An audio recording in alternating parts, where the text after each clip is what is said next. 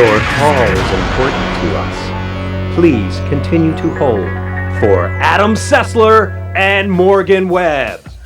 Hello and welcome to X-Play, the show full of critical bitterness. Which makes it even more remarkable that on today's show, we give a game a perfect score of 5 out of 5. Plus, is Forza Motorsport for the Xbox better than Sony's Gran Turismo 4? Oh, we'll tell you. But that's not all. We have a really weird game. How weird? It stars the band Kiss, sort of. It's complicated. Plus, what episode of X-Play ever hits the airwaves without a war game? Certainly not this one, since we've got a review of Delta Force Extreme. To the extreme! And later, our eagerly anticipated review of LEGO Star Wars, the game that spoils Episode 3. But we begin with a racing game that will make Xbox owners very happy. It's a lot like Gran Turismo 4, only Forza Motorsport has online play and damage. You hear that, Sony? It's Microsoft kicking down your door. Here's our review of Forza Motorsport for the Xbox. Motorsport, well done.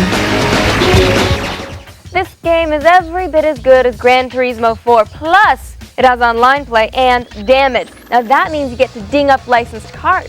You can't do that in GT4.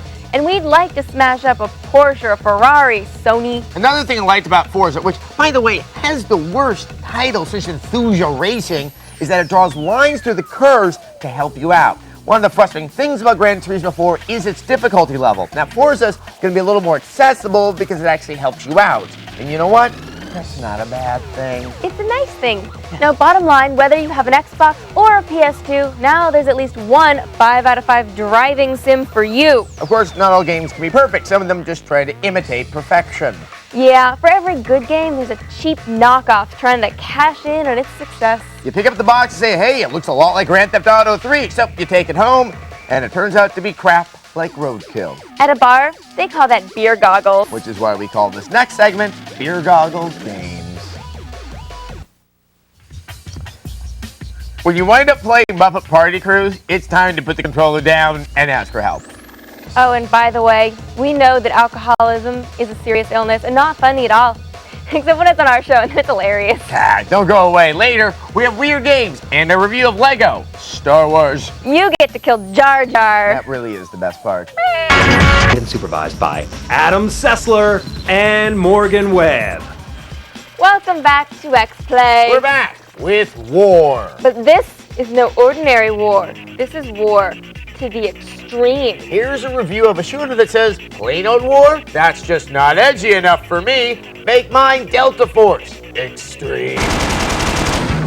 Extreme. I thought we were done. Extreme. You suck.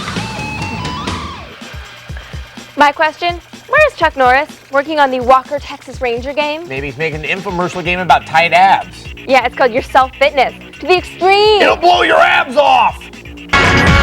Up Adam Sessler and Morgan Webb. That's nice. I think it is.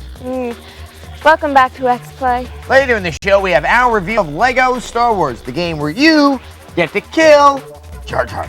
Yes, the game designed for children is the only one that lets you vent your naked aggression on a giant Muppet. But first, a new installment of X-Play's ever-popular Weird Games. And today we have something very special. Yes, usually our Weird Games are Japanese imports, but today we have something made in the good old US of A.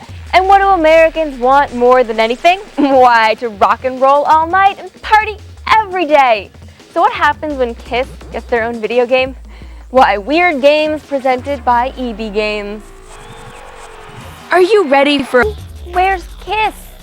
Also, I'd like to point out that Todd McFarlane is responsible for some of the worst games we've ever reviewed on this show. Now, the backstory in this game is that early in Ion Storm's development, many of the designers working on Daikatana all quit and walked out of Ion Storm on the same day. Then, they went across the street and made this game.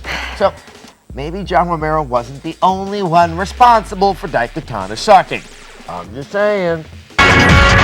Coming up, Adam Sessler and Morgan Webb. Very nice Australian accent. I like dingoes. They're cute Except and when they eat babies. cuddly. Welcome back to X-Play. We've returned with our review of LEGO Star Wars, a seamless blend of gameplay and product placement. And if you aren't excited about it, you should be, because we love playing this game. Here's our review of LEGO Star Wars.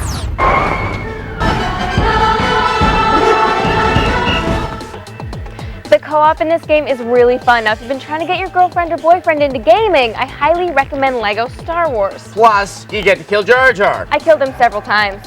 You know, I was thinking about other games that might be good for the Lego treatment.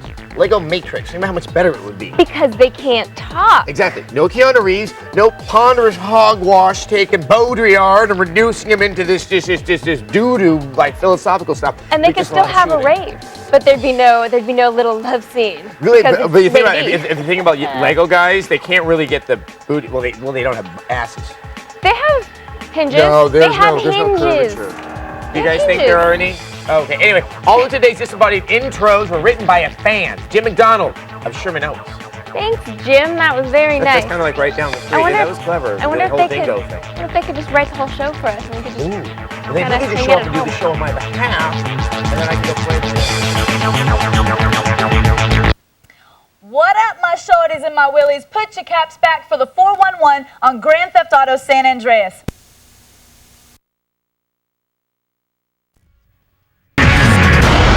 They fear you more than you fear them. It's Adam Sessler and Morgan Webb. That's very true. You scare me. Hello and welcome to X-Play. Today's episode has a little something for everyone. Stealth fans, comic book fans, Gundam fans, and fans of spelling the word combat with a K. Yes, on today's show we review Spider-Man 2 for the PSP. That's Sony's pocket-sized handheld, which means that now you can put your favorite web slinger in your pants. That's great. We also have a review of Splinter Cell Chaos Theory for the Nintendo DS, which sounds like a good idea, but is it? Plus, anime fans, rejoice! We have big eyes and big robots. We preview a new Gundam Seed game. Why? Because we have to. Pretty much. And later in the show, we review the stealth-based Batman Begins game. Is it worth your money? We'll tell you.